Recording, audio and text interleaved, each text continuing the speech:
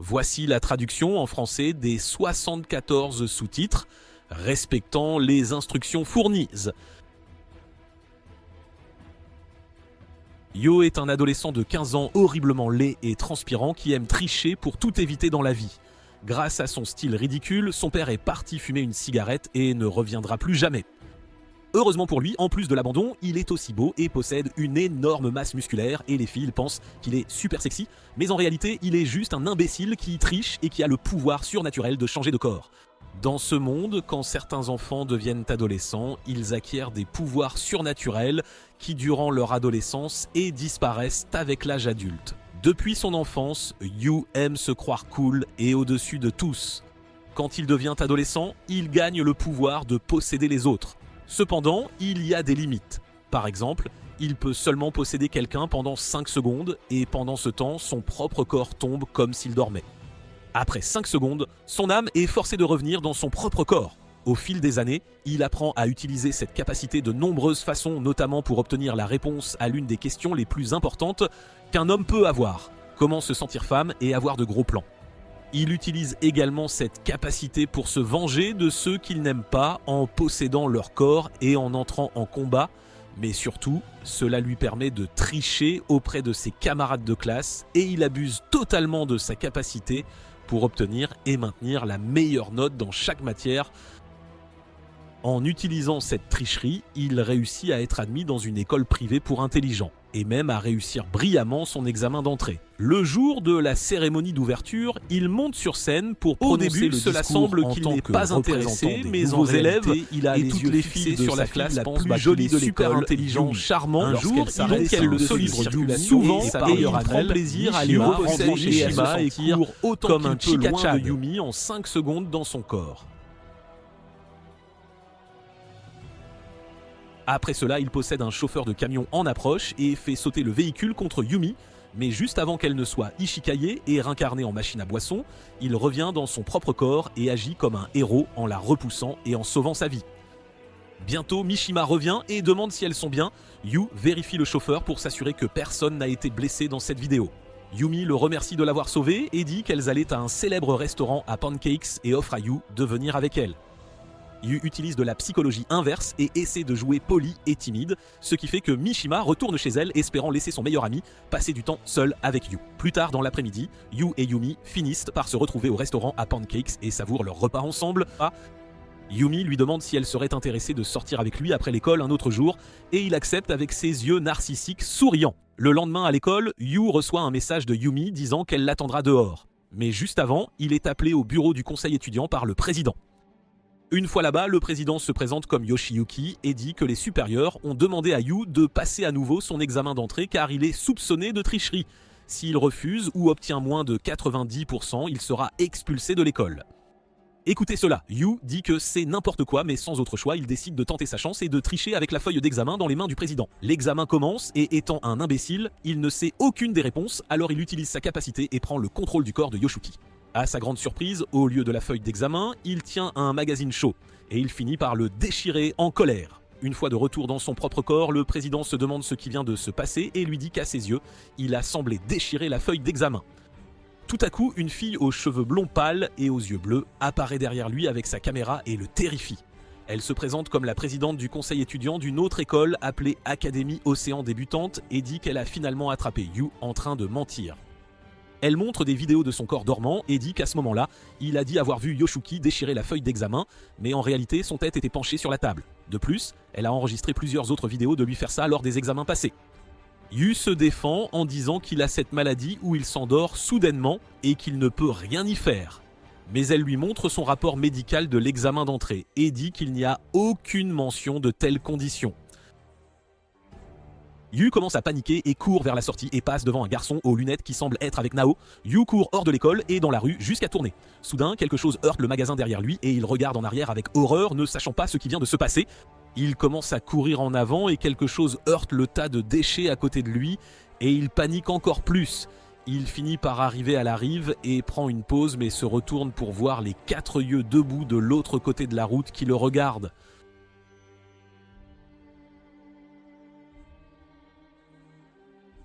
Le garçon prend une position de course et bondit instantanément dans les airs avec Hugh dans ses bras, sautant comme une pierre jusqu'à ce qu'ils atterrissent de l'autre côté du talus. Hugh lui demande ce qu'il vient de faire et le garçon explique qu'il a ce pouvoir surnaturel appelé charge qui Neo arrive sur la scène très vite dans une seule direction à leur académie et qu'il ne peut pas le contrôler très bien et qu'il travaille toujours sur sa technique de freinage. Elle lui dit qu'il y a beaucoup de gens dans ce monde comme lui avec des pouvoirs surnaturels, mais ces pouvoirs sont une maladie qui disparaîtra quand il aura grandi. À leur académie, il s'occupe de gens comme lui pour s'assurer qu'ils ne nuisent pas à la société en abusant de ses pouvoirs.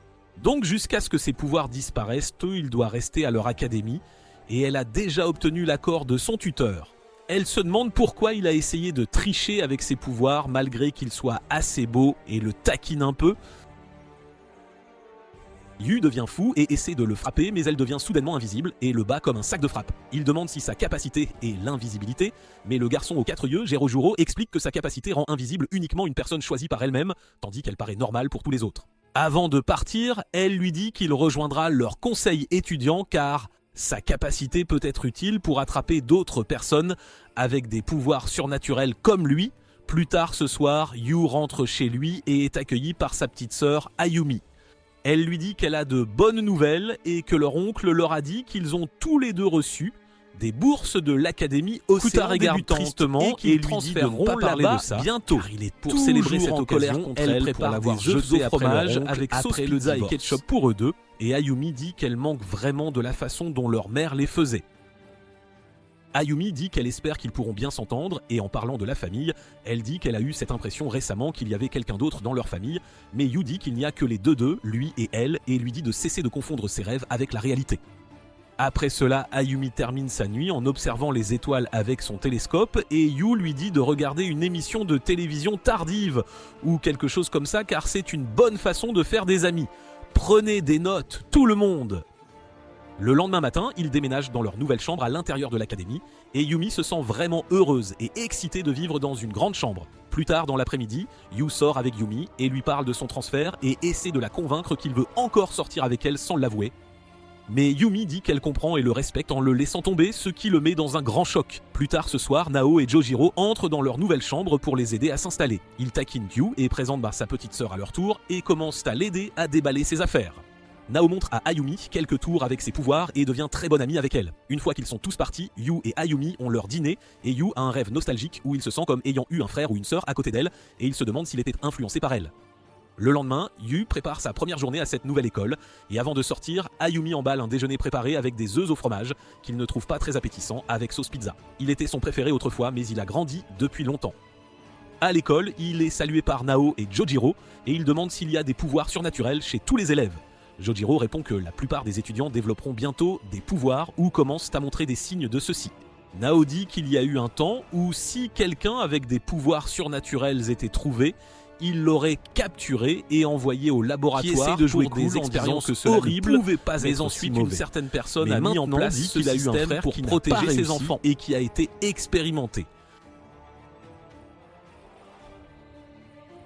Yuva demande pourquoi il l'obligeait à utiliser ses pouvoirs en dehors de l'école, en tant que membre du conseil étudiant. Et maintenant, explique que leur travail est de trouver ses enfants, les sécuriser ou les avertir suffisamment pour ne pas utiliser leurs pouvoirs en dehors de la facility pour leur sécurité. Il sera payé pour ce travail et vu qu'il a une petite sœur, il peut utiliser de nombreux billets de papier pour cela.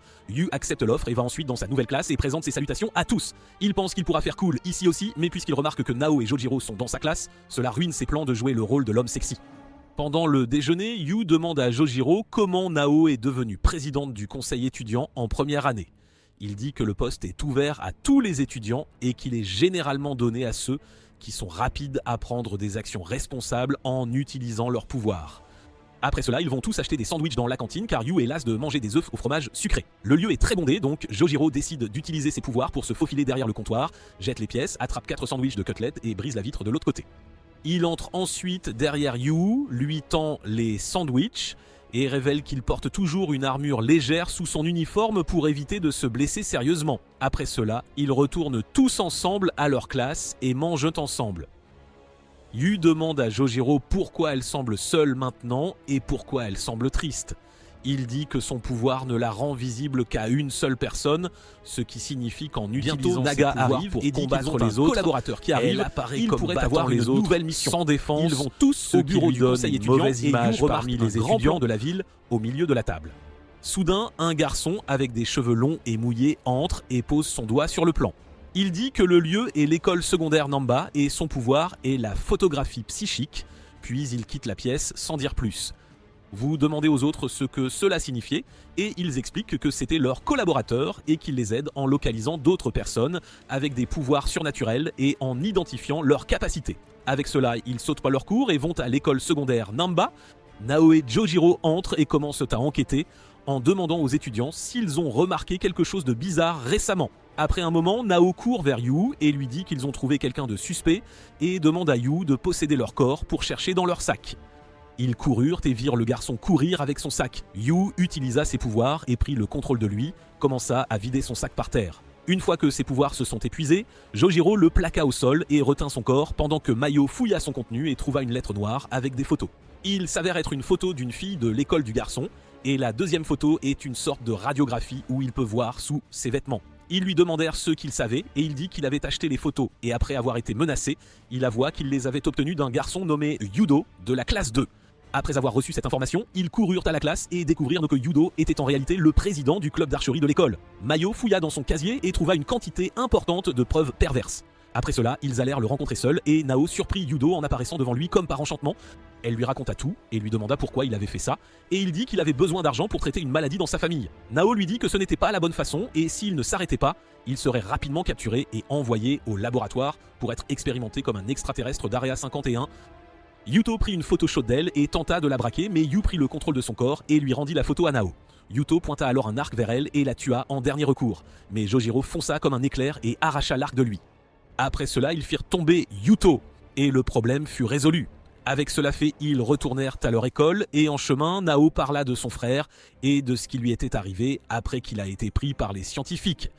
Elle dit que ce n'était pas vraiment un secret et qu'ils pourraient aller le voir ensemble demain. Le lendemain, ils prennent le train express suivi d'un bus pour un grand hôpital perché sur un bel escarpement avec une vue panoramique fraîche et pittoresque. Sur le chemin, elle raconte l'histoire de comment tout a commencé pour elle. Elle avait juste reçu une bourse pour entrer dans une école primaire prestigieuse. Comme la plupart des pères d'anime, son père n'était jamais revenu de ses courses pour du lait. Et elle avait été élevée par sa mère avec son frère aîné, Kazuki. Kazuki était un terroriste en herbe qui avait du mal à faire signer son groupe à l'une des grandes maisons de disques. Un jour, leur mère les appela tous les deux et dit qu'elle les avait inscrits dans une école de pensionnat. Kazuki se rebella et demanda pourquoi elle faisait ça et qu'il allait déménager bientôt de toute façon, ce qui serait bénéfique pour la famille. En plus de cela, il était inutile qui aimait jouer de la guitare. Contrairement à maintenant, il n'était pas même intelligent ou bon en études, mais leur mère tomba à genoux et se prosterna sur le sol, implorant silencieusement qu'il fasse, comme elle disait, pleine de tristesse et de conflit. Kazuki respectait toujours sa mère et obéit à son souhait. Neyo révèle que cette nouvelle école était plutôt bien, mais même si elle allait à l'école, elle ne pourrait pas voir son frère pendant des années. Chaque fois qu'elle abordait le sujet ou essayait de le rencontrer, ses amis l'entouraient et la détournaient. La seule chose spéciale à cette école était qu'après leur cours, elle devait subir une inspection médicale régulière. Il s'avéra que son frère avait été diagnostiqué avec un pouvoir surnaturel qui lui permettait de vibrer l'air à différentes fréquences. Pendant qu'elle étudiait à l'école, son frère traversait des expériences brutales et inhumaines, et quand elle finit par le voir après des années, il était mentalement brisé et ne pouvait même plus se rappeler qui il était, ni qui elle était. Les amis qui l'entouraient étaient en réalité des étudiants faux envoyés par les scientifiques pour l'éloigner, et elle était gardée là sous l'hypothèse qu'il y avait une forte probabilité qu'elle développe des pouvoirs comme son frère. Après avoir assisté à tout cela, elle perdit la capacité de faire confiance à quiconque et elle s'enfuit. Bientôt, ils arrivent à l'hôpital et vont rencontrer son frère et Yu voit à quel point il est mentalement dégradé et instable. Il pense qu'il compose de la musique en criant et en déchirant ses draps et oreillers. Après avoir pris ses médicaments pour dormir, il devient engourdi et le tire ensuite dans une fauteuil roulant pour qu'il respire un peu d'air frais. Elle dit qu'elle avait perdu espoir jusqu'à ce qu'elle rencontre la seule personne qu'elle peut encore faire confiance, et il a créé cette école et soutenu son frère en payant pour ses soins médicaux à cet hôpital gratuitement.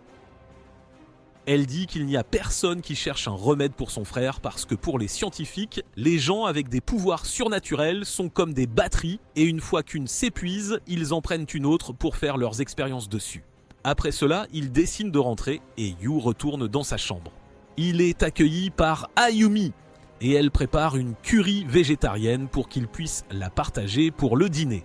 Plus tard ce soir, elle lui dit qu'elle est excitée de voir une comète spéciale qui passe sur Terre. Il lui dit qu'elle n'a pas besoin de le faire plus, car personne ne ramène de lendemain matin et aller à la cantine et va à l'école façon de faire de nouveaux amis. Autre déjeuner avec ses œufs au fromage sucré. Prendre celui-ci aujourd'hui quand même, car elle l'a déjà préparé. Plus tard dans l'après-midi à l'école pendant le déjeuner, Yu va à la cantine avec Jujiro et il leur fait tous les deux du riz curry spécial en utilisant sa capacité folle de course folle. Nao a envoyé un message à Jujiro pour qu'ils se rendent au bureau du conseil étudiant car leur collaborateur a une nouvelle piste pour eux. Ils vont au bureau et comme d'habitude, le garçon avec les cheveux mouillés entre et pointe un street aléatoire sur le plan et dit que cette fois-ci, la personne a deux pouvoirs, le canalisation et la dans la ruelle étroite pour trouver cette personne de communiquer avec les morts, la vitesse de l'enquête, la capacité de contrôler le feu. Elle a vu un homme plus âgé poursuivre la chanteuse et idole Yusa.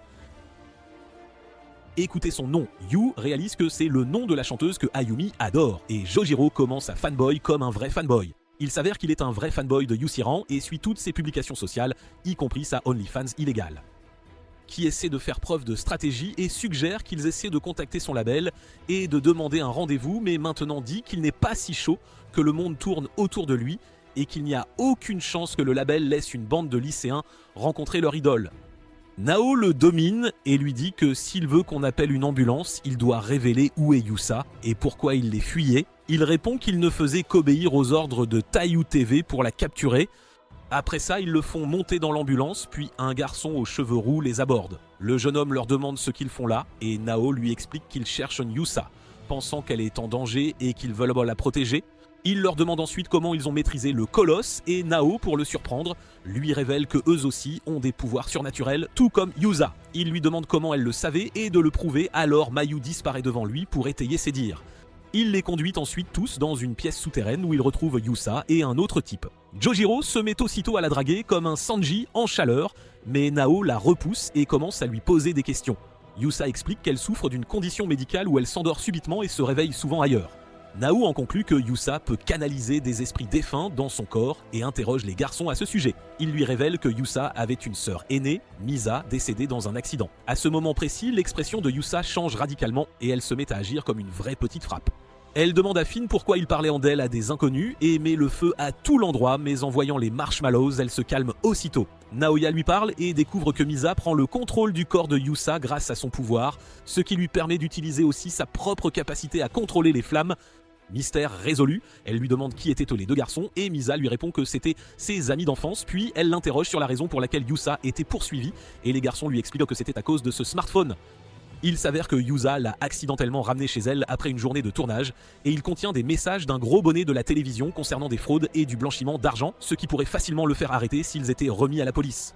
Mais qu'elle le rende ou non, elle ne pourra plus percer dans l'industrie à cause de son réseau criminel corrompu.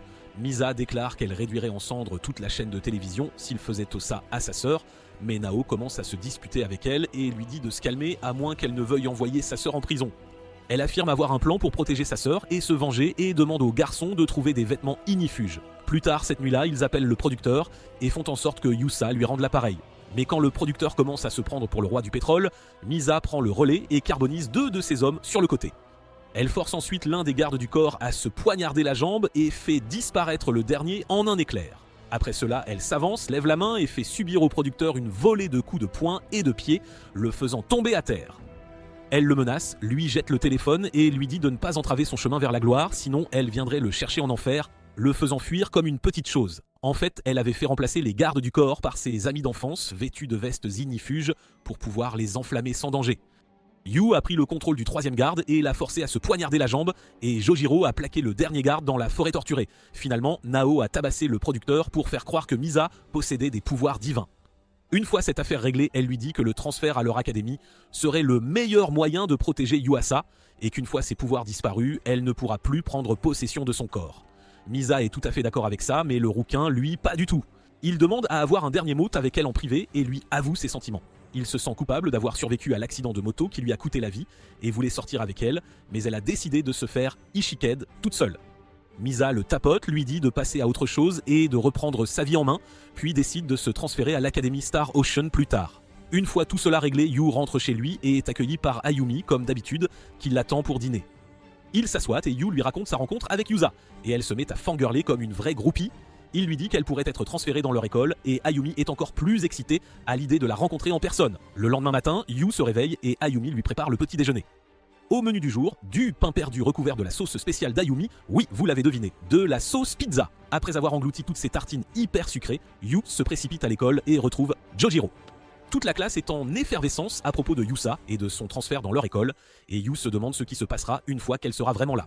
Bientôt, le cours commence et le professeur entre pour présenter leur nouvelle et très populaire élève transféré. Tout le monde se met à acclamer Yusa et ça tourne à la fête dansante avant que le professeur ne les réprimande tous. Yusa, mignonne comme à son habitude, leur demande de se calmer puis explique qu'elle sera souvent absente pour des raisons professionnelles, mais qu'elle aimerait vraiment profiter de sa vie de lycéenne avec eux. Sa place est juste à côté de Nao et tout le monde se met à l'entourer comme des moutons. Plus tard dans la journée, Nao arrive et annonce qu'ils ont une nouvelle piste, demandant à Yusa de les accompagner. Ils se rendent hâte tous au bureau du conseil étudiant et comme d'habitude, l'homme à la goutte au nez entre et fait tomber une goutte d'eau sur la carte. Cette fois, leur cible possède le pouvoir de télékinésie et Yusa leur demande de quoi il s'agit. Yu la met au courant et Nao dit qu'elle pense savoir qui est leur cible d'après l'emplacement. Elle leur montre ensuite des images d'un certain Erafumi, de l'équipe de baseball de l'académie Kanae. Il semble très populaire parmi les jeunes joueurs et serait en passe de rejoindre les ligues majeures grâce à ses récentes performances lors des 3 derniers matchs. En analysant les ralentis, Nao découvre qu'il utilise une mauvaise prise pour le type de balle qu'il lance et soupçonne qu'il utilise ses pouvoirs pour contrôler la balle en plein vol après qu'elle ait quitté ses mains afin de réaliser ses lancers incroyables. Après cela, ils se rendent tous à l'Académie Kenai et se présentent à Erafumi. Nao lui dit sans détour d'arrêter d'utiliser ses pouvoirs surnaturels pendant ses matchs, car il les perdra d'ici à ce qu'il atteigne les ligues professionnelles, sera viré de l'équipe et sa carrière sera ruinée à jamais. Elle lui dit de jouer en utilisant ses propres capacités, et il répond qu'elle ne peut pas sérieusement s'attendre à ce qu'il croie à toutes ses balivernes. Elle lui dit d'arrêter de faire semblant et lui montre ses pouvoirs en devenant invisible devant lui. À ce moment-là, Misa prend le relais et lui montre aussi du feu. Nao essaie de la calmer, mais Misa crache par terre de colère et Jojiro se met aussitôt à chercher le crachat en parfait canard pervers qu'il est. Au même moment, il se débat avec le fait que ce n'est pas vraiment Yusa, mais Misa qui a craché et il s'interroge sur les détails pathétiques de la chose. Pendant ce temps, Nao lui dit que s'il ne s'arrête pas, il sera capturé par les autorités et envoyé à des scientifiques qui mèneront des expériences stables sur lui jusqu'à ce que ses pouvoirs s'épuisent. Il reste sceptique, mais elle lui propose alors de jouer un match de baseball contre son école. S'il gagne, elle ne se mêlera plus de ses affaires, mais s'il perd, il devra cesser d'utiliser ses pouvoirs. Il accepte l'offre et il décide à Supernode de se retrouver sur le terrain de baseball de l'Académie Star Ocean dimanche prochain à midi. Sur le chemin du retour, Yu demande à Nao s'ils ont des utilisateurs de pouvoir dans leur équipe capables de frapper la balle télékinétique d'Arifumi. Elle répond qu'ils n'ont aucun utilisateur de pouvoirs actifs dans l'équipe. Mais pour que les choses le tournent en leur faveur, ils rejoindront eux-mêmes l'équipe et feront en sorte que Yu utilise ses pouvoirs à leur avantage. Le dimanche suivant, ils se retrouvent tous sur le terrain et les deux équipes s'alignent l'une contre l'autre. Le match commence et au début, ils semblent tous deux assez égaux. Leurs batteurs ne peuvent pas frapper les lancers de l'Académie Ocean, tandis que les balles d'Arifumi sont de la pure triche et vraiment difficiles à atteindre. Nao les réprimande pour leur nullité et son propre lanceur se fâche, affirmant qu'il fait de son mieux. Mais chaque fois que quelqu'un s'énerve contre elle à cause de sa grande gueule, elle appelle Yusa à l'aide et la fait utiliser son charme féminin pour transformer les garçons en canards et les remettre sur le terrain. Pendant le match, ils remarquent qu'en dehors d'Arifumi, leur receveur est aussi très doué pour attraper des balles folles sans avoir de pouvoir. Le match se prolonge un bon moment et atteint les derniers points. Nao décide de laisser son équipe utiliser aussi certains de leurs pouvoirs pour pimenter les choses et dit à Yu de posséder leur batteur pour marquer des points. Yu y parvient, mais leur receveur d'avant réussit à récupérer un point en sécurisant une base. C'est maintenant la dernière manche et Jojiro est au bâton. Nao lui dit de toucher la balle au sol, puis d'utiliser ses pouvoirs pour toucher la première base. Jojo fait exactement cela et n'a qu'à payer le prix de son horrible visage tombant dans l'oubli. Ensuite, Misa et Nao réussissent aussi à frapper leur balle, et enfin c'est au tour de Yu de frapper la balle pour le point gagnant. Il demande à Nao comment il va s'y prendre, et elle lui dit de jouer franc jeu pour une fois dans sa vie, et le traite de pom-pom girl. Là-dessus, Yu s'avance au bâton, fait de son mieux, et parvient à retarder le point avec une série de fautes. Mais à la fin, Arifumi utilise ses pouvoirs pour lancer une balle sauvage et fait rater Yu. Cependant, son receveur ne parvient pas non plus à l'attraper, ce qui donne à Misa une chance de courir vers la base, et il remporte le match. Après leur victoire inattendue, Yu se sent heureux et se demande pourquoi il ressent cela, puis rejoint Nao. Ils disent ensuite à Arifumi d'arrêter d'utiliser ses pouvoirs comme promis, et il assure qu'il le fera.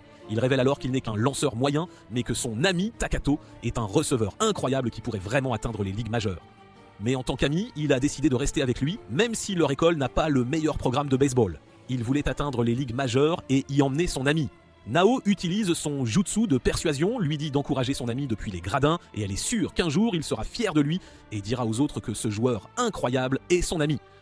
Une fois tout cela réglé, Arifumi promet de ne plus utiliser ses pouvoirs et retourne auprès de son équipe. Nao dit à Yu de posséder Arifumi un instant car elle veut mener une expérience et il s'exécute. Comme prévu, il prend possession de son corps pendant 5 secondes, puis revient au sien et demande ce qu'elle voulait voir. Elle répond qu'ils devront attendre pour le savoir. Après cela, Yu rentre chez lui pour dîner avec sa sœur comme d'habitude, et la regarde s'extasier devant la nouvelle publicité et l'annonce de la chanson de Yusa. Quelques matins plus tard, c'est encore un jour où tout le monde dans leur classe s'agglutine autour de Yusa comme des moutons en chaleur. D'un autre côté, Nao s'occupe de ses affaires et écoute de la musique comme d'habitude. Soudain, un groupe de filles s'approche d'elle, la traîne hors de la classe et l'emmène derrière l'école. Yu se demande ce qui se passe et décide de suivre l'espionnant depuis le coin. Il voit les filles s'en prendre à Nao et la pousser contre le mur. Elles la frappent ensuite et la jettent à terre avant de s'éloigner. Yu sort et lui demande ce qui s'est passé. Elle lui explique que les gens n'apprécient souvent pas sa façon de se battre depuis leur première rencontre et se vengent d'elle de cette manière.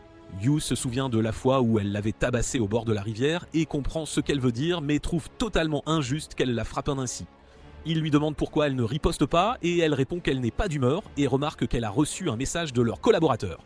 Elle retourne au bureau du conseil étudiant et appelle tout le monde. Yusa regarde le visage tuméfié de Nao et Misa apparaît disant qu'il devrait plus aller se venger mais Nao lui dit qu'elle ne veut pas et les laisse partir.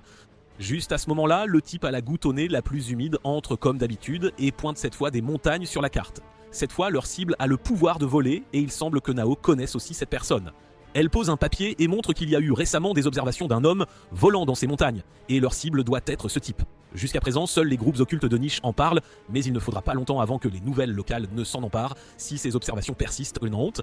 Cela signifie qu'ils doivent agir vite, et elle dit à tout le monde de se préparer pour un voyage. Au supermarché, Yu aide Nao à faire les courses, et elle fait le plein de maïs. Elle dit qu'on ne peut pas faire de barbecue sans maïs grillé, puis se dirige vers le rayon boucherie pour prendre des steaks, des côtes et des saucisses. Yu ajoute aussi des légumes et des poivrons et ils se disputent pour savoir qui est le plus sain, tandis que Jojiro et Yusa les observent, se demandant à quel point ils ressemblent à un couple modèle. Cependant, Jojo ne tarde pas à se pâmer d'avoir enfin pu parler à Yusa en privé. Après avoir tout récupéré, ils se dirigent tous vers les montagnes. Nao dit aux garçons de porter les tentes et le reste de l'équipement, tandis qu'elles s'occuperont de la nourriture. Yu demande s'ils vont passer la nuit et elle répond qu'ils resteront aussi longtemps que nécessaire pour attirer le type volant. Là-dessus, ils se rendent à l'endroit indiqué dans le magazine et y installent leur camp. En montant leur tente, Yu manque de tomber dans un puits profond et asséché et Nao se met à rire de lui. Elle ajoute ensuite en le taquinant que ça aurait été drôle de voir sa grosse chute. Après cela, ils passent le reste de leur journée à cuisiner, à savourer leur repas et à discuter. La nuit, Yu se demande où Nao est allé et s'enfonce un peu dans les bois, finissant près d'une falaise offrant une vue magnifique sur le ciel étoilé. Nao est assise là sur un siège en pierre, écoutant sa musique, et Yu s'approche et la rejoint. Il dit qu'il se demandait quelle musique elle écoutait toujours, et elle lui prête son lecteur MP4 pour qu'il puisse l'écouter. Elle lui dit que c'est un groupe de post-rock appelé Gined, et que c'était le groupe préféré de son frère avant qu'il ne devienne fou. Yu l'écoute et ressent immédiatement une isolation profonde mais libératrice de cette musique et la complimente. Le voyant apprécier la musique, Nao devient très excitée et le laisse garder le lecteur en cadeau. Elle dit que la chanteuse principale du groupe est aveugle des 2 yeux et que c'est peut-être pour ça que ses chansons semblent si profondes et touchantes. En la voyant si excitée et heureuse, Yu réalise que c'est la première fois qu'il voit cette facette d'elle et on sait tous où ça va mener, n'est-ce pas les amis ? Elle ajoute ensuite qu'actuellement elle passe ses journées à filmer des tricheurs comme lui, mais que son rêve est un jour de réaliser un clip pour Gined. Après cela, ils retournent tous les 2 au camp et Nao dit qu'ils feront le guet à tour de rôle pendant 4 heures et que les garçons peuvent dormir en premier. Yu et Jojiro s'endorment et Yu fait un rêve nostalgique où il a un autre frère ou une autre sœur en plus d'Ayumi, comme la dernière fois, et il se demande ce que cela signifiait. Le lendemain matin, ils passent leur journée à pêcher et à faire cuire le poisson sur un feu de camp.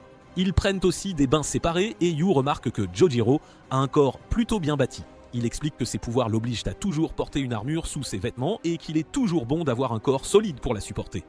Une autre journée passe sans aucun signe du type volant et Yu dit qu'il veut rentrer car il a une petite sœur à s'inquiéter à la maison.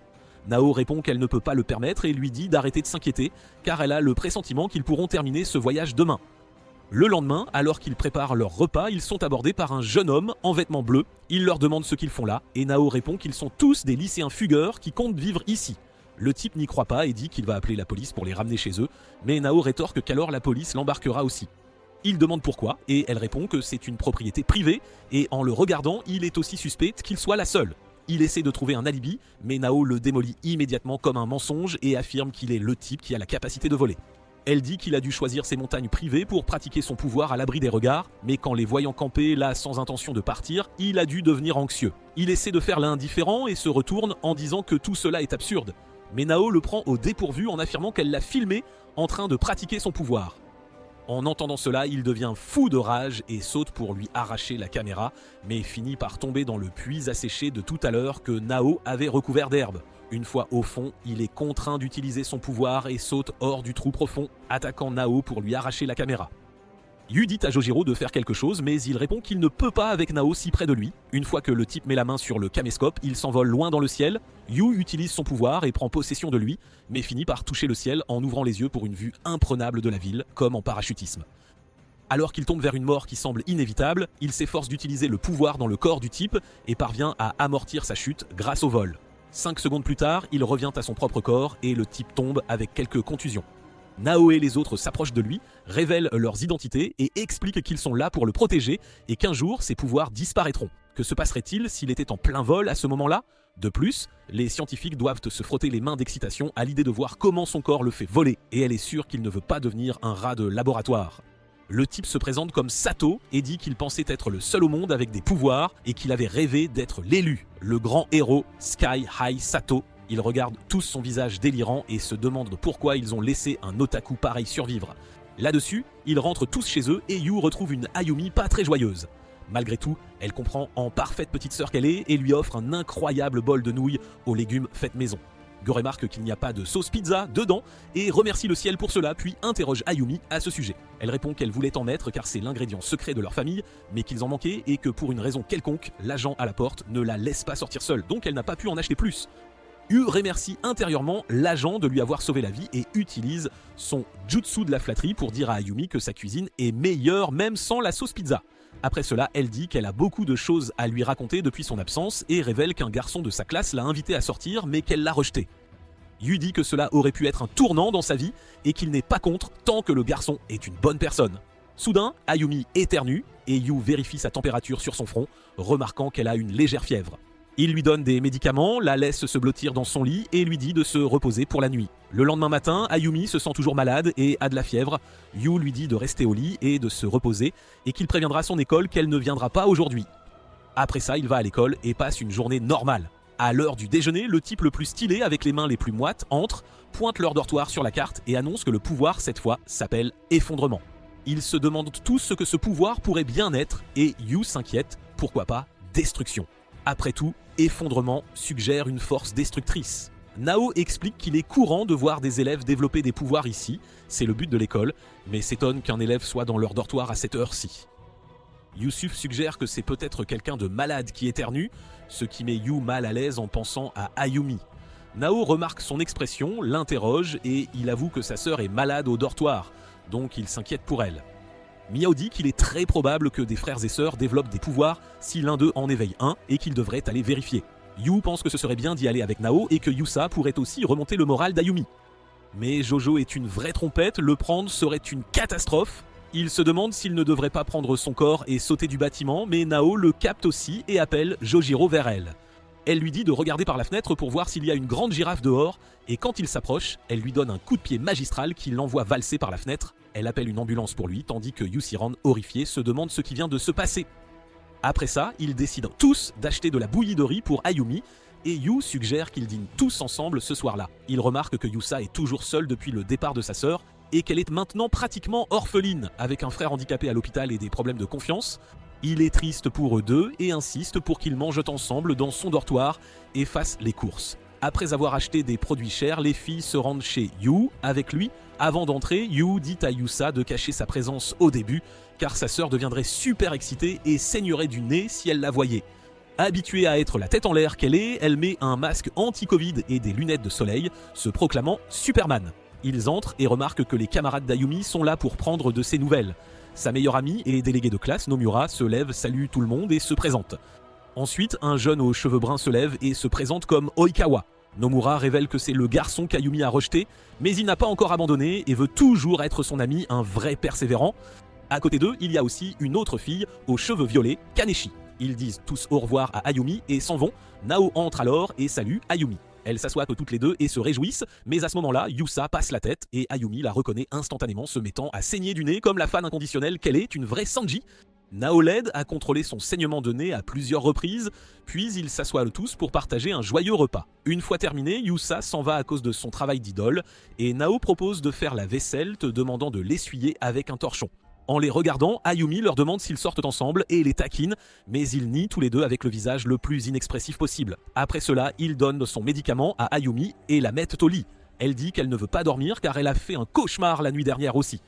Nao essaie de lui demander les détails de son rêve, mais s'arrête et sort avec Yu. Elle lui dit d'essayer de l'interroger car cela pourrait indiquer le type de capacité qu'elle a éveillée. Et même s'ils n'ont pas confirmé à 100% que c'est elle qu'ils recherchent, elle est une candidate très probable. Après son départ, Yu entre et interroge Ayumi. Elle raconte avoir rêvé que le sol et les murs se fissuraient et que la terre se brisait sous elle. Le lendemain, Yu en parle à tout le monde. Ils soupçonnent une capacité très dangereuse, pouvant nuire à son utilisateur. Ils doivent donc être prudents et la garder au dortoir, le plus longtemps possible pour éviter tout incident et protéger les autres. Le lendemain matin, Ayumi est complètement guérie et veut aller à l'école, mais Yu lui dit de rester un jour de plus à la maison pour se reposer. Elle n'aime pas ça et le dit, mais quand il part, elle s'habille et se faufile hors des dortoirs pour aller à l'école quand même. Une vraie rebelle! De retour au lycée, Yu et Jojiro profitent de leur pause déjeuner comme d'habitude, quand soudain Nao les appelle. Elle les convoque au bureau et leur annonce qu'Ayumi est allée à l'école. Yu s'inquiète et ils se précipitent tous au collège pour voir si elle va bien. D'un autre côté, pendant le déjeuner, Oikawa essaie d'inviter Ayumi à manger ensemble une fois de plus, mais Nomura vient à sa rescousse et la laisse s'éloigner. Ayumi croise finalement Kaneshi, qui lui dit qu'elle est vraiment jalouse d'elle, car elle voulait sortir avec Oikawa, mais Ayumi a été transférée dans leur école, et depuis, il ne pense qu'à elle. Elle sort alors un cutter, en déploie la lame, et dit qu'il est temps pour Ayumi de souffrir. Ayumi essaie de la calmer, mais quand ça ne marche pas, elle se met à courir vers le toit. Malheureusement, la porte du toit est verrouillée et elle se retrouve acculée, Kaneshi montant les escaliers avec sa lame. Elle panique, son pouvoir s'active et tout l'endroit autour d'elle commence à s'effondrer et à se briser. Kaneshi recule et est sauvé, mais Ayumi tombe, l'endroit entier s'écroulant sur elle. Quel drame! De l'extérieur, Yu et les autres se précipitent dans l'école en escaladant la clôture, essayant d'arriver à temps, mais ils voient alors l'aile éloignée du bâtiment s'effondrer. Yu s'y précipite seulement pour trouver sa sœur écrasée sous les débris, puis un morceau de gravat s'écroule sur lui aussi. Laissez un F dans les commentaires pour la petite Sanji de cet anime qui saigne du nez. C'est l'heure d'un épisode sur les 7 étapes du deuil. Après avoir reçu des soins à l'hôpital, Yu ouvre les yeux et demande où est sa sœur. Les médecins disent Goramon qu'elle n'a pas survécu, ce qui le plonge dans un état de choc. Il ne peut pas croire ce qui vient de se passer et continue ainsi, alors qu'ils organisent les funérailles d'Ayumi. Plus tard, il retourne dans sa chambre de dortoir vide, sans personne pour le saluer avec du riz au curry infusé à la sauce pizza. Il se met à pleurer et s'en veut, se demandant s'il a jamais pu lui montrer à quel point il tenait à elle, et s'endort en larmes. Le lendemain, il se réveille par terre, les yeux fatigués, et va vérifier le frigo pour manger quelque chose. Il finit par trouver le carton de nouilles instantané que son oncle lui avait envoyé quand il a emménagé et décide de les manger. Les jours passent, suivis des semaines, et presque un mois s'achève, lui, reclus dans sa chambre, ses draps autour de lui. Son sol est jonché de tasses vides et ses yeux deviennent de plus en plus éteints chaque jour. Jojiro et Yusa viennent souvent avec des repas faits maison et lui proposent de manger avec eux, mais il refuse toujours et ne prend contact avec personne à l'extérieur. Misa prend le relais et essaie aussi de forcer la porte, mais avec une porte renforcée entre eux et sa compréhension de la perte de sa sœur, elle y renonce et il le laisse fracas seul. Encore plus de jours passent, et ils envoient le premier amour de Yu de son ancienne école, Yumi, pour essayer de le faire sortir, mais Yu ne lui jette même pas un regard.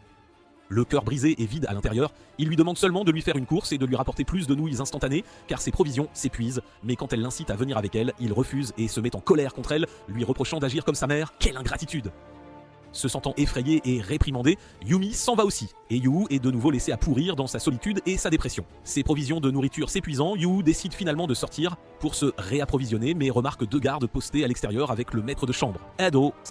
Il réalise qu'ils sont probablement là pour l'emmener de force, alors il utilise son pouvoir pour prendre le contrôle de l'un d'eux et assomme l'autre. Après ça, il sort silencieusement et va à la banque retirer tout l'argent de son compte, ce qui équivaut à environ 3100 $ américains d'aujourd'hui pour vous, les fans d'anime américains. Et oui, j'ai tenu compte de l'inflation. Il décide de s'éloigner de leur école, là où le type stylé ne pourrait pas le localiser, et finit par vivre dans un cybercafé. Il s'y terre quelques jours, se gavant de pizza et d'anime, mais s'ennuie et décide de sortir se promener. Il remarque des dangos sucrés vendus dans une échoppe de rue, les essaie puis s'intéresse à des jeux de tir à la première personne. Il décide de les essayer aussi et finit par devenir aussi déjanté qu'un joueur occasionnel de Valorant. Un vrai pro du clavier, il commence à apprécier un peu trop la partie élimination du jeu et devient accro aux sucreries et aux salles d'arcade. Un jour, il perd patience en voyant deux gars passer trop de temps sur sa machine de jeu préférée. L'horreur. Il les interpelle, les gars s'en offusquent et l'emmènent sous un sombre pont de chemin de fer. Il décide de le tabasser, mais Yu utilise ses pouvoirs et les fait se battre entre eux et finit par le dernier en lui enfonçant des brochettes de dango dans la jambe. Aïe! Quelques jours plus tard, il est confronté à un chef de gang nommé Osuemada. Il lui demande s'il est le type qui a démantelé le gang de l'autre gars seul et essaie d'affirmer sa dominance. Mais Yu n'aime pas qu'on lui parle mal, alors il prend le contrôle de tout son gang et les bat tous à lui seul. À la fin, il fait même pisser leur chef dans son pantalon, en menaçant de lui crever l'œil avec une brochette de dango et en lui demandant s'il aimerait un vrai nom de gangster de rue, comme la Tapette Borgne. Après ça, il s'est lancé dans une véritable boucherie de gangs, cherchant des bagarres au hasard et prenant plaisir à vaincre des gangs entiers. Un jour, il trouve l'un des PNJ d'un gang laisser tomber un petit sac en plastique avec du crack de copium. Tiens. Il pense que ça doit être amusant et décide de le fumer, et c'est là qu'il reçoit un coup de pied au visage de la part d'une fille familière aux cheveux blonds pâles. Nao se révèle et lui dit qu'elle ne peut pas le laisser franchir cette limite, et il lui demande depuis combien de temps elle est là. Elle dit qu'elle est là depuis le premier jour, révélant qu'elle est restée avec lui chez lui depuis qu'Ayumi a été, disons, Ishiked et l'a suivi partout, au cybercafé, à la salle d'arcade, dans les bagarres de gang et tout le reste. Une vraie ombre. Elle dit qu'elle se sent responsable de tout ça aussi et se demande si elle aurait dû mieux protéger Ayumi et si elle aurait pu l'empêcher d'une manière ou d'une autre. Elle ajoute ensuite que tout mis à part, elle ne pouvait pas le laisser franchir cette ligne et s'il voulait perdre son humanité. En l'entendant, Yu reprend un peu ses esprits et lui demande ce qu'il doit faire. Elle passe un appel, puis lui dit qu'elle l'emmènerait manger un repas sain. Il refuse de la suivre, alors elle parie avec lui qu'il n'aura qu'à prendre une seule bouchée. Juste une. Après ça, ils se sépareraient et elle ne se mêlerait plus de ses affaires. Yu accepte et la suit chez Jojiro. La maison est vide pour la nuit, sa famille étant sortie, et ils entrent. Elle lui dit d'aller regarder la télé pendant qu'elle cuisine, puis le réveille devant une assiette de riz nature. Il prend une bouchée et réalise que ça a le même goût avec l'ingrédient secret. Nao lui dit qu'elle a emprunté le carnet de recettes de sa mère, qu'elle a trouvé dans la chambre d'Ayumi, et comment Ayumi avait dû vouloir le recréer après le départ de leur mère car c'était son plat préféré d'enfance. Gu pense au dernier riz omelette qu'Ayumi lui avait préparé pour sa boîte à lunch, et comment il se plaignait à l'époque, et il se met à pleurer. Il réalise que c'était le dernier riz omelette que sa douce petite sœur lui avait jamais cuisiné, et mange toute l'assiette, les larmes aux yeux. Nao lui tend ensuite un mouchoir pour ses yeux et une tasse de thé, et le laisse se reposer. Il lui demande ce qu'il doit faire maintenant, et elle répond qu'il devrait commencer par revenir au conseil des élèves. Il lui demande s'il n'avait la bogo pas promis de se quitter après qu'il ait pris une bouchée, et elle rétorque qu'il n'a pas pris une bouchée, il a tout léché, donc il devait vouloir se mêler beaucoup de ses affaires. Malin. Il commence à sourire, la remercie, et dit qu'il reviendra finalement au conseil des élèves. Le lendemain, Yu s'habille et se prépare à commencer sa nouvelle vie avec un nouveau départ. Il fait ses adieux à Ayumi, va à son école et est accueilli par Yusa et les autres. Tout le monde dans sa classe est jaloux qu'ils reçoivent l'attention de leur déesse et Yu est heureux de voir que ce culte agaçant de fans inconditionnels est toujours actif dans sa classe comme d'habitude. Pendant le déjeuner, il va à la cafétéria avec Jojiro qui lui offre le curry de bœuf en édition limitée exactement comme il le faisait avant le décès d'Ayumi. Gu remarque que tout le monde fait des efforts pour être gentil avec lui et il se sent vraiment béni pour cela. Bientôt, ils reçoivent un message de Nao leur demandant de venir au bureau et ils se demandent si le type stylé est de retour avec une nouvelle piste. Ils se précipitent au bureau et lui demandent ce qui se passe et il s'avère que c'était juste Yusa qui voulait avoir toutes leurs critiques sur son dernier clip musical. Ah, les artistes! En entendant cela, le fan inconditionnel de Yusa, Jojiro, s'envole de bonheur et ils s'assoient tous pour regarder son clip musical. Une fois qu'ils ont fini de le regarder, Yu dit à Jojo de donner son avis en tant que fan et il répond avec un visage qui dit qu'il est déjà passé au paradis, un vrai connaisseur. D'un autre côté, Nao lui donne une note honnête de 8 sur 10, mais déduit des points pour son habitude gênante d'agir comme une idole même à l'école. Une fois tout ce drame terminé, Nao dit que la vraie raison pour laquelle elle les a tous réunis était de leur demander de décider qui irait au concert avec elle. Le suspense est à son comble. Elle sort 2 billets pour le concert de Jin qui doit avoir lieu le lendemain et leur dit de décider. Par vote d'élimination, Yusa ne connaît rien à la musique post-rock et n'est pas intéressé. Dommage. Jojiro n'est pas non plus intéressé tandis que Misa n'aime que le heavy metal et refuse l'offre quand Nao dit qu'il n'y en aura pas au concert. Naturellement, il a été le seul à devoir prendre le billet et avec une dernière poussée de Nao, il accepte l'offre. Quel destin! Plus tard ce jour-là, sur le chemin du retour, il croise une fille aveugle aux cheveux roux. Quand elle passe près de lui en disant qu'elle n'aime pas être évitée, Yu écoute sa voix et se souvient de la sensation qu'il a eue la première fois qu'il a écouté les chansons de Jin sur le lecteur MP4 de Nao. Il se retourne pour lui demander si elle était bien la chanteuse aveugle du célèbre groupe, mais elle s'approche de lui et lui demande s'il peut l'emmener dans un endroit qui vend du modanyaki. Yu y réfléchit un peu, puis réalise finalement qu'elle demande un plat d'okonomiyaki moderne qui contient aussi des yakisoba, un vrai défi culinaire. Il accepte sa demande et l'emmène dans un endroit local pour manger le plat et en commande un pour lui aussi. Pendant tout ce temps, il lutte contre son habitude d'appeler chez lui pour dire à Ayumi qu'il rentrerait tard ou d'attendre de rentrer pour manger le dîner préparé par elle. Un combat intérieur. Elle lui manque terriblement et il pousse un soupir triste et la fille le remarque. Elle confirme son soupçon qu'elle est bien la chanteuse principale nommée Sally Chan et lui demande si quelque chose de vraiment triste lui est arrivé récemment. Une intuition féminine sans doute. Elle dit qu'il peut lui en parler et ils s'assoient tous les deux dehors pendant que Yu lui raconte la perte de sa sœur. Elle dit qu'il doit y avoir quelqu'un qui l'a changé pour qu'il sorte de sa dépression et il ne peut penser qu'à Nao. Évident, non. Juste à ce moment-là, il se souvient de son frère Kazuki et demande une faveur à Sala. Il lui parle de lui et lui demande si elle peut venir avec lui voir le gars, car c'était un terroriste gay qui l'idolâtrait et était sur le point de percer lui aussi avant de devenir comme ça. Une histoire compliquée. Elle accepte gentiment et l'accompagne à l'hôpital pour voir Kazuki. Avant d'y aller, il appelle Nao et lui dit qu'il a rencontré Sala et lui demande si elle veut la rencontrer aussi, mais elle répond qu'elle n'est pas intéressée car elle aime son travail mais n'est pas vraiment excitée à l'idée de rencontrer des stars, chacun ses goûts. Il lui propose alors l'idée de rencontrer son frère et lui demande d'informer l'hôpital de leur arrivée. Plus tard ce soir-là, ils vont voir Kazuki à l'hôpital et en chemin, elle lui raconte comment elle a aussi subi diverses épreuves déchirantes et qu'à un moment donné, elle a dû sacrifier sa vue à Dieu pour atteindre ce succès, un lourd tribut. Plus tard, ils vont voir Kazuki et elle chante pour lui, ce qui lui rend une partie de sa lucidité et il parvient à se souvenir de sa sœur Nao également, un vrai miracle. Après ça, Yu rentre avec Sala et en chemin, il appelle Nao pour lui raconter le miracle dont il a été témoin. Elle lui dit qu'elle est déjà au courant, l'ayant appris de l'infirmière de l'hôpital et s'y est immédiatement précipitée, mais il semble qu'il se soit à peine manqué à l'entrée. Quel timing! Une fois de retour, le manager de Sala vient la chercher après lui avoir passé un savon et elle dit qu'elle aimerait revoir Yu un de ces jours. Affaire à suivre. Il dit qu'il sera là au concert et elle répond qu'elle chantera avec lui dans son esprit, puis ils se séparent. Le lendemain, Yu va au concert avec Nao et profite de sa journée avec elle. Ils achètent un tas d'accessoires mobiles de la marque Jin et arrivent finalement au concert. La belle vie. Sala chante sa chanson et en plein concert, Yu commence à se sentir bizarre. Il ressent une nostalgie inexpliquée, puis Sala passe à sa nouvelle chanson et Yu la connaît d'une manière ou d'une autre. C'est comme s'il avait déjà entendu la chanson et soudain une foule de souvenirs inonde dans sa tête et il s'effondre au sol. Un choc! Alors qu'il s'effondre, il fait un rêve sur ses souvenirs d'une autre vie où il se trouve dans une installation scientifique avec de nombreux enfants dotés de pouvoirs, tout comme lui. Là, il se réveille en écoutant la nouvelle chanson de Jin aux côtés d'Ayumi qui écoute sa chanteuse préférée Yusa. Étrange, non ? Ils se lèvent et vont déjeuner et Yu se plaint que tout va avoir un goût de médicament avec tous les produits chimiques améliorant les pouvoirs qu'ils ont mis dans leur nourriture. Ayumi dit que malgré cela, elle croit que le curry peut rendre tout le monde heureux et souhaite que leur frère aîné Shunsu ait pu manger avec eux, un vœu pieux. Yu se penche et dit à Ayumi qu'il a des pouvoirs très puissants et c'est pourquoi il est sous contrainte et révèle qu'il a la capacité de sauter dans le temps. Pendant le déjeuner, il s'assied à une table à côté d'un gars aux longs cheveux bruns nommé Kumagami qui s'avère être le meilleur ami de Shunsu. Le monde est petit. Shunsu l'appelle Pou parce que la première partie de son nom signifie ours et cela devient aussi son surnom.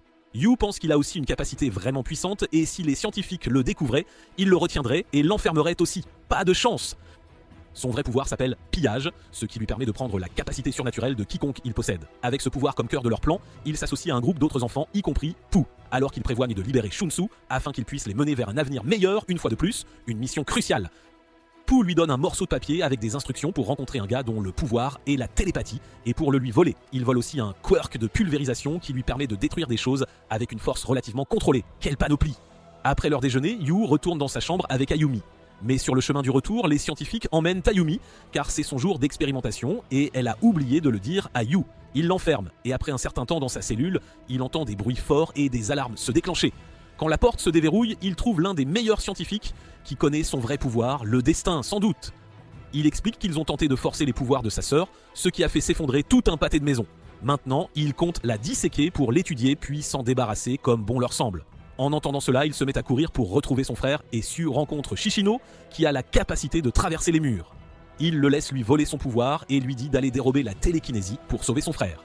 Après un ultime effort désespéré, il parvient à libérer son frère de ses entraves et Shunsu fait un bond dans le temps alors que Yu est abattu par les gardes de l'établissement.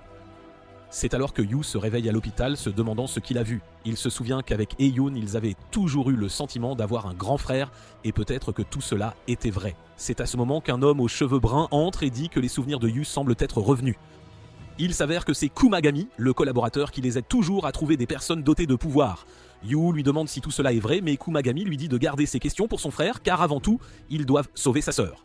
Yu s'énerve et demande comment ils vont sauver quelqu'un qui est déjà mort. Kumagami lui répond qu'il doit connaître le pouvoir de son frère Shunsuk maintenant que ses souvenirs sont revenus. En entendant ce nom, Nao demande si c'est le même Shunsuk qu'elle connaît et Kumagami confirme que oui. Il s'avère que c'est l'homme qui l'a sauvé et a fondé l'école dont elle avait parlé à Yu. Ensuite, il leur dit de le suivre et les emmène dans une installation souterraine, secrète et high-tech, cachée dans les bois. Yu rencontre enfin son frère, réalise qu'il est devenu aveugle et reste sceptique face à tout cela.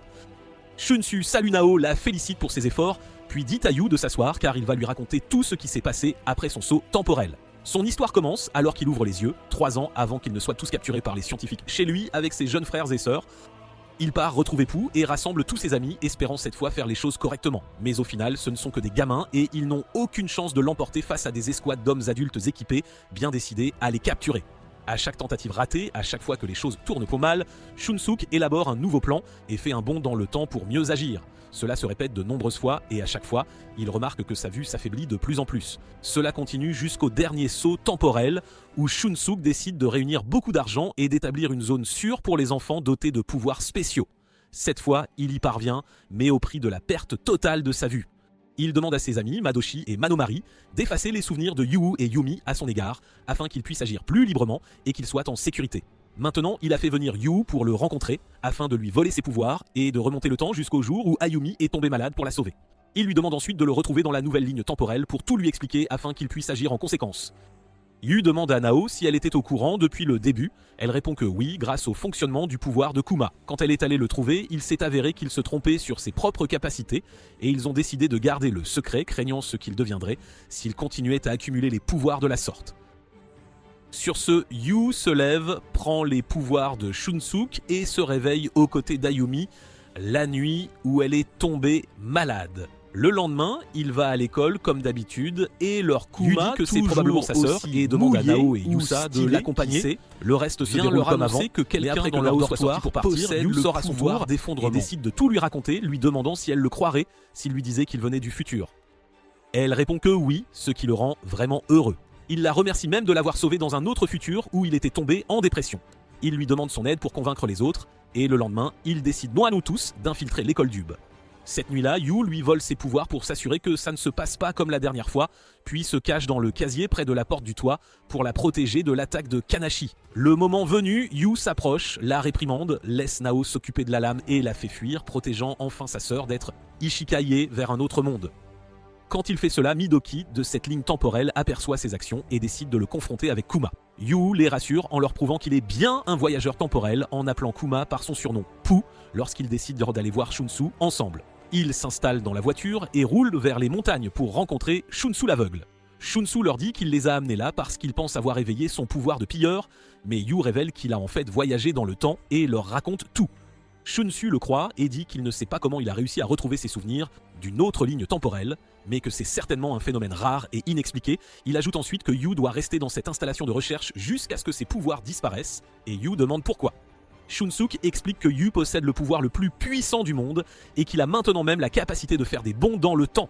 Des groupes du monde entier vont tenter de le capturer pour l'utiliser comme un outil de domination mondiale. Dans cet esprit, il doit rester ici, car c'est l'installation la plus protégée de tout le Japon. Il les emmène ensuite faire un tour des laboratoires de recherche.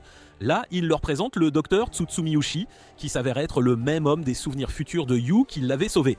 Ici, dans son établissement, il travaille à fond tous à développer un vaccin pour guérir les gens du monde entier de cette maladie. Yu demande s'ils sont malades et le docteur explique en leur demandant s'ils connaissent les comètes à longue période. Ayumi dit qu'elle les connaît, c'est son hobby. Le docteur la félicite, puis explique qu'il existe une comète nommée Charlotte qui passe près de la Terre tous les 75 ans. Lorsque cette comète passe, elle saupoudre une poussière spéciale dans l'atmosphère terrestre. Quiconque inhale ou ingère cette poussière acquiert des pouvoirs surnaturels, dormant dans son ADN au moment où ses émotions sont à leur maximum, c'est-à-dire à l'adolescence. Dans le passé, il y a environ 400 ans, la comète est passée à une altitude inhabituellement basse, ce qui a donné naissance à de nombreuses personnes acquérant ces pouvoirs. À l'époque, ces gens étaient appelés sorcières, et cela a provoqué les chasses aux sorcières massives qui, dans une certaine mesure, continuent encore aujourd'hui. Il poursuit en disant qu'il travaille à développer un vaccin pour empêcher ses pouvoirs d'apparaître chez les générations futures. Après avoir entendu tout cela, Yu accepte de rester là avec Ayumi. Shunsuk dit que bien qu'ils ne puissent pas remplacer leurs anciens amis de l'école, ils sont libres de se lier d'amitié avec son groupe et de leur présenter ses amis d'enfance. Ils apprécient tous Ayumi et font même en sorte que Yu se sente chez lui en l'invitant à jouer et tout le reste. Mais ensuite, Kuma obtient des informations sur un autre utilisateur de pouvoir et Yu découvre que Kuma n'a jamais eu besoin de se mouiller. Il ne le faisait que pour cacher son identité sur suggestion de Shunsuk. Yu lui demande s'il va retourner au bureau du conseil étudiant et il répond oui, mais lui dit qu'il ne peut pas venir. Après cela, il sort, monte dans la voiture et dit au chauffeur Furuki de le conduire à l'école. Les choses commencent à sentir le roussi quand Furuki rate le virage vers l'école et continue tout droit vers une usine abandonnée, révélant qu'il a en fait une famille. Selon les ordres de Shunsu, il ne travaille à Artung pas avec des adultes ayant des familles, car ils peuvent facilement être pris en otage et utilisés contre eux.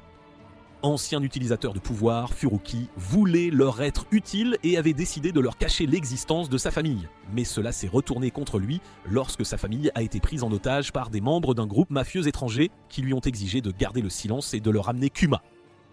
Furuki s'excuse pour cette gaffe et Kuma lui dit que c'est bon et qu'il devrait plutôt s'inquiéter pour sa famille. Sur ce, ils se rendent à l'usine et rencontrent les étrangers qui disent à Furuki qu'ils ont une dernière tâche pour lui, amener Yu. Ils le font chanter pour qu'il obéisse puis le renvoient à non. Ensuite, ils tabassent Kuma à coups de poing, lui cassent les dents et lui injectent un sérum de vérité pour lui extorquer tous ses secrets. Après cela, ils kidnappent Nao, la prennent également en otage, appellent Shunsuk et lui ordonnent d'envoyer Yu seul, sinon ils tueront tous les otages, y compris la famille de Furuki. Ils s'assoient tous et commencent à chercher des plans pour arranger les choses, mais ne trouvent rien de concluant. Ils envisagent que Yu fasse un bond dans le temps, mais cela devient difficile quand ils découvrent que la famille de Furuki a été prise en otage dès le moment où ils avaient décidé de créer cette installation.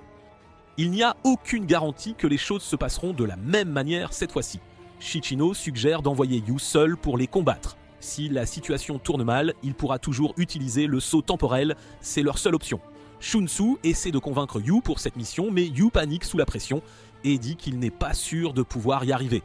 Il manque de peu d'utiliser l'effondrement et de tous les tuer sous la pression, mais Shunsuk le serre dans ses bras comme le grand frère qu'il est et lui dit de faire un bond temporel à cet instant précis s'il se sent dépassé. Avec tous ces encouragements, Yu va à la rencontre des mafieux étrangers et utilise son pouvoir sur les deux non-utilisateurs pour vérifier s'ils ont des armes. Quand il s'avère être propre, il est surpris et se fait attaquer par derrière par une petite fille assassin. Il essaie de faire un bond temporel, mais la fille réussit à lui couper l'œil droit, et avec un œil en moins, il perd complètement la capacité de voyager dans le temps. Il décide d'utiliser l'effondrement à la place, mais les mafieux disent que s'il le fait, il tuera les deux otages retenus sous terre. Yu essaie de riposter avec la télékinésie, mais la fille assassin continue de le poignarder comme une furie, et il finit par utiliser l'effondrement, détruisant tout. La seule victime est Kumagami, qui meurt en protégeant Nao. Shunsuk et les autres arrivent aussi à l'usine. Shunsuk tombe à genoux et rampe pour chercher Kuma. Quand il atteint son corps inanimé et lui dit de ne pas mourir, Kuma répond qu'il est sûr que Shunsuk a inventé tout seul son surnom de Pou puis rend son dernier souffle. Laissez un Pou en commentaire pour le pauvre Kumagami, le vrai héros méconnu de cette histoire. 2 jours plus tard, Yu se réveille à l'hôpital après son opération. Shichino le met au courant des détails et révèle que Nao est saine et sauve, mais que Kuma n'a pas survécu. Avec cette révélation, Yu s'attriste en pensant à son frère et à la façon dont il doit ressentir la même chose que lui quand il a perdu Ayumi, pensant qu'il ne la reverrait plus jamais. Au début, il est sous le choc et pense que tout est de sa faute, mais les amis de Shunsuk lui disent comme moi que c'était une erreur de calcul des deux côtés et qu'il n'est pas le seul responsable.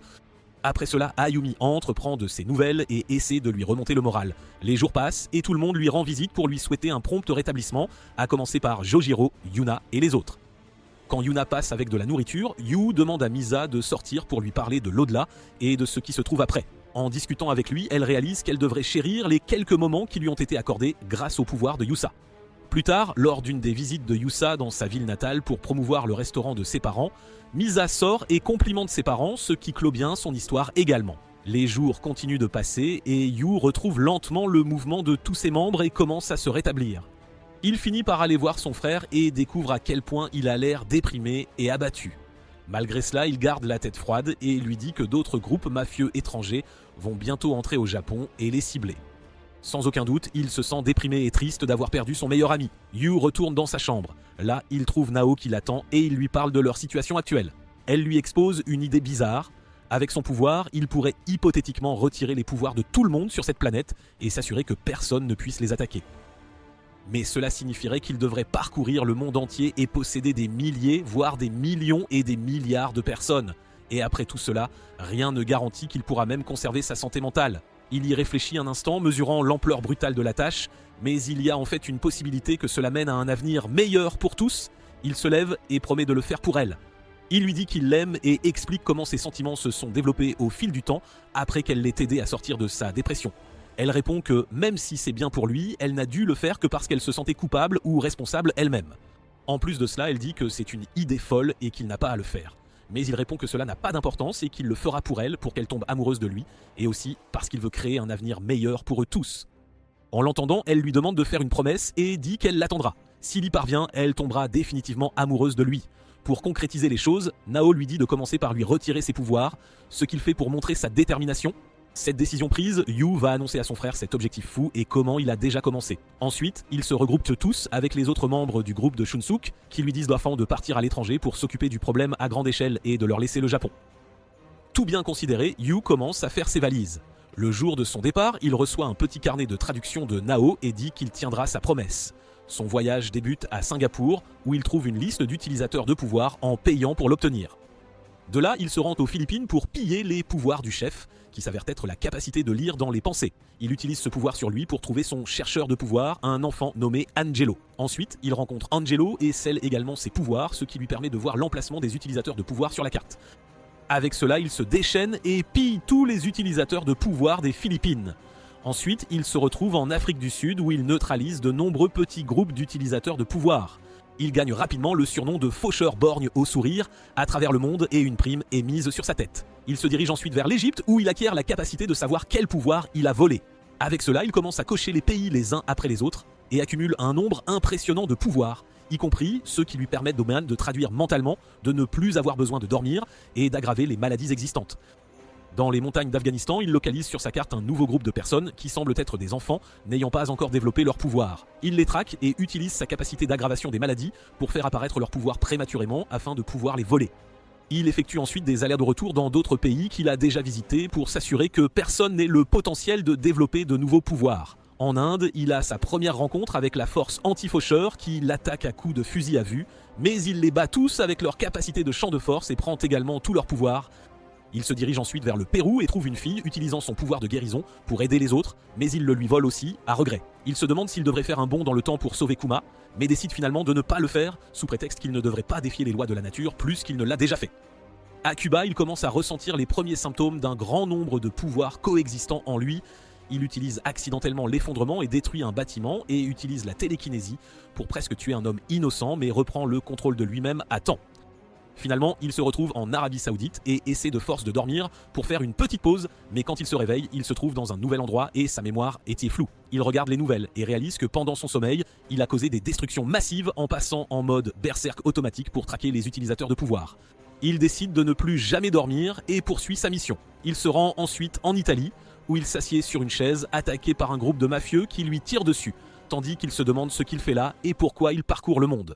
Il commence à perdre son objectif, mais en retrouve un aperçu en regardant le petit carnet de traduction que Nao lui a donné. Il essaie de se souvenir de son visage et de qui elle était, mais il s'est écoulé bien trop de temps pour qu'il puisse s'en souvenir clairement.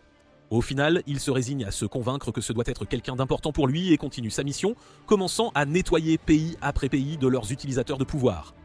Après une année entière d'un voyage brutal autour du monde, à combattre d'innombrables groupes de terroristes et à voler un nombre apparemment infini de pouvoirs, Yu perd son sens de soi à maintes reprises durant ce périple, mais ses sentiments pour Nao le ramènent toujours à sa mission.